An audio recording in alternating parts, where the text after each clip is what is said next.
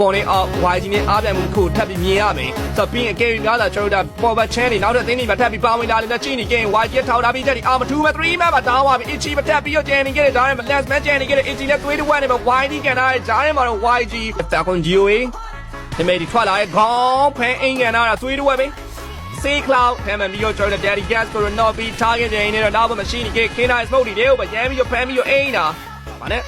ပြန်ပြီးရှိလာခဲ့ပြီးချိုးသားထားနေခဲ့ပြီးဘေးမှာတိုင်ဆောင်နေခဲ့တဲ့ player နဲ့1v1ရှင်းပြီး clash သွားတဲ့တစ်ချက်မှာ smile တော့တော့ target ထားခဲ့ရပြီး back fire ပေးနေခဲ့တဲ့မာနဲ့ pick up ပေးတဲ့အောက်မှာ dice နဲ့3 design နဲ့ပထမပြီးကျွန်တော်တို့ပြောင်းဆုံးတယ်ပြီးခွင့်ရကိုအကောင်းဆုံးသုံးချပြီး Falcon GOA ကပေါ်ကနေပါထပ်ပြီးလာထားမယ်ဆိုရင်တော့ Here we go ကလည်းပြောင်းဖို့တော့များသွားပြီလို့ပြောရင် Sea Cloud pick up ပေးတဲ့အောက်မှာ hero 0 to hero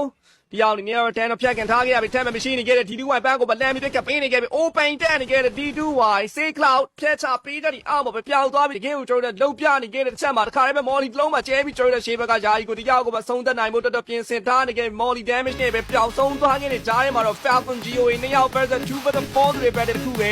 ကျန်တော့မှလည်းဖြစ်တယ်တော့